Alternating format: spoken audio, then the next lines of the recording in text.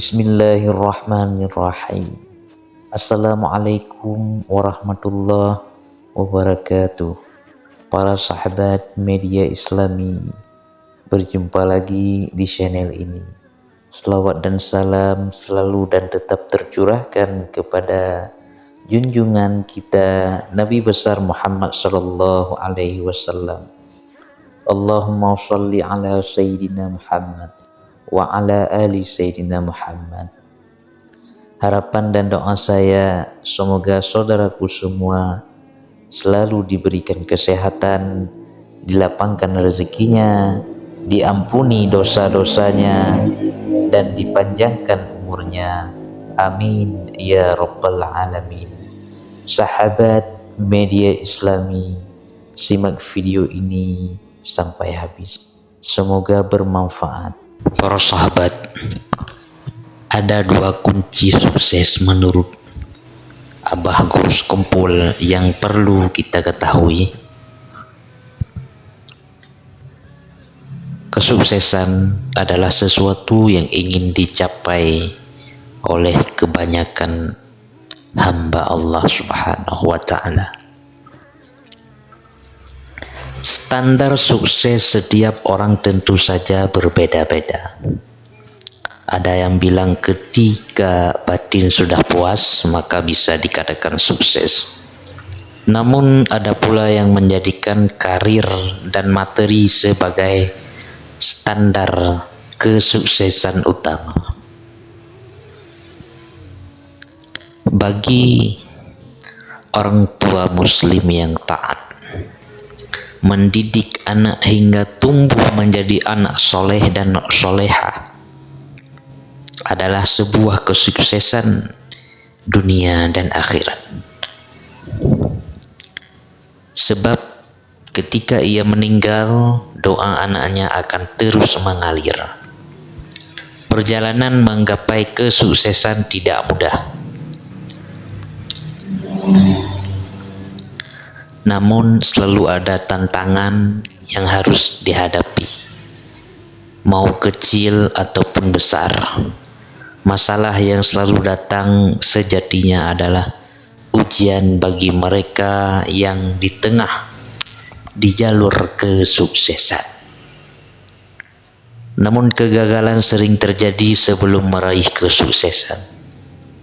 Walaupun begitu, gagal bukan akhir dari segalanya. Ini adalah momentum untuk mengevaluasi, melihat yang telah dilakukan dan memperbaikinya. Ulama karismatik Nusantara, Allah yarham, Kiai Haji Muhammad Zaini Abdul Ghani, atau yang lebih dikenal dengan Abah Gurus Kumpul, yaitu ulama Kalimantan, mengungkapkan dua penyebab yang sekaligus kunci menjadi kesuksesan. Apa saja sukses menurut ulama Khumul itu?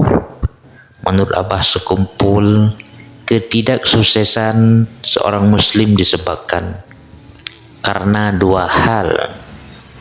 Bisa jadi sholatnya belum benar atau sabarnya belum cukup. Tapi bila sholat dan sabarnya benar, maka akan tercapai hasilnya sukses, kata Abah Gurus Kumpul.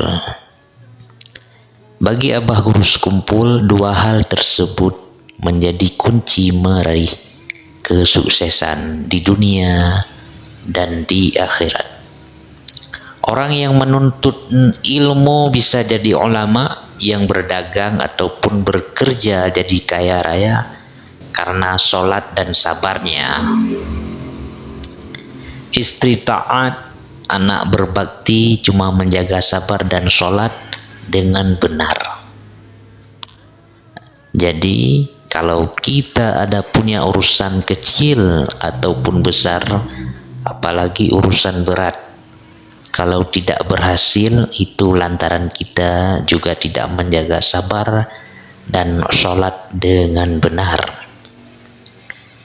Kunci kesuksesan dalam Al-Quran, sabar dan sholat sebagai kunci kesuksesan, bukan sekedar omon-omon.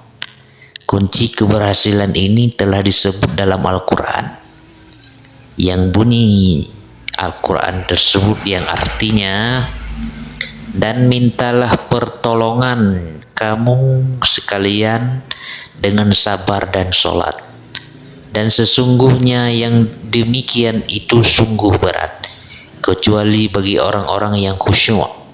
Quran Surah Al-Baqarah ayat 45. Kemudian bunyi lagi Surah Al-Baqarah ayat 153 yang artinya, hai orang-orang yang beriman, mintalah pertolongan dengan sabar dan sholat.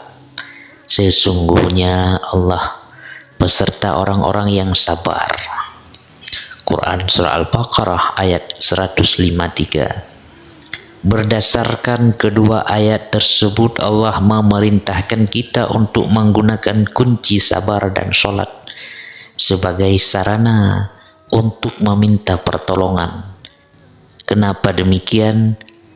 Dengan sabar membuat kita selalu sadar bahwa semuanya berasal dari Allah dan akan kembali kepadanya. Dalam kondisi tertimpa musibah, misalnya secara sadar, kita masih bisa mengontrol emosi sehingga kita tidak mengeluh dan menyalah diri sendiri atau nasib yang menimpa kita jika musibah telah lepas dari kita.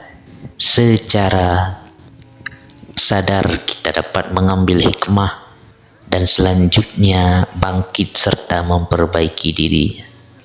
Intinya, dengan sabar, apapun musibah dan problematika yang menimpa diri kita tidak akan membuat kita stres, sakit, atau putus asa. Kita justru akan rida menerima musibah itu dan menyikapinya dengan penuh ketabahan, sehingga jiwa dan raga kita menjadi tenang.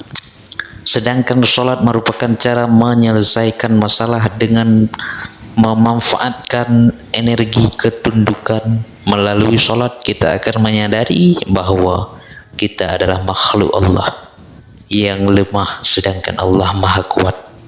Kita adalah makhluk yang miskin, sedangkan Allah maha kaya.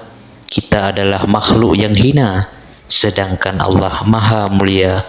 Dan kita adalah makhluk yang kecil, sedangkan Allah maha besar.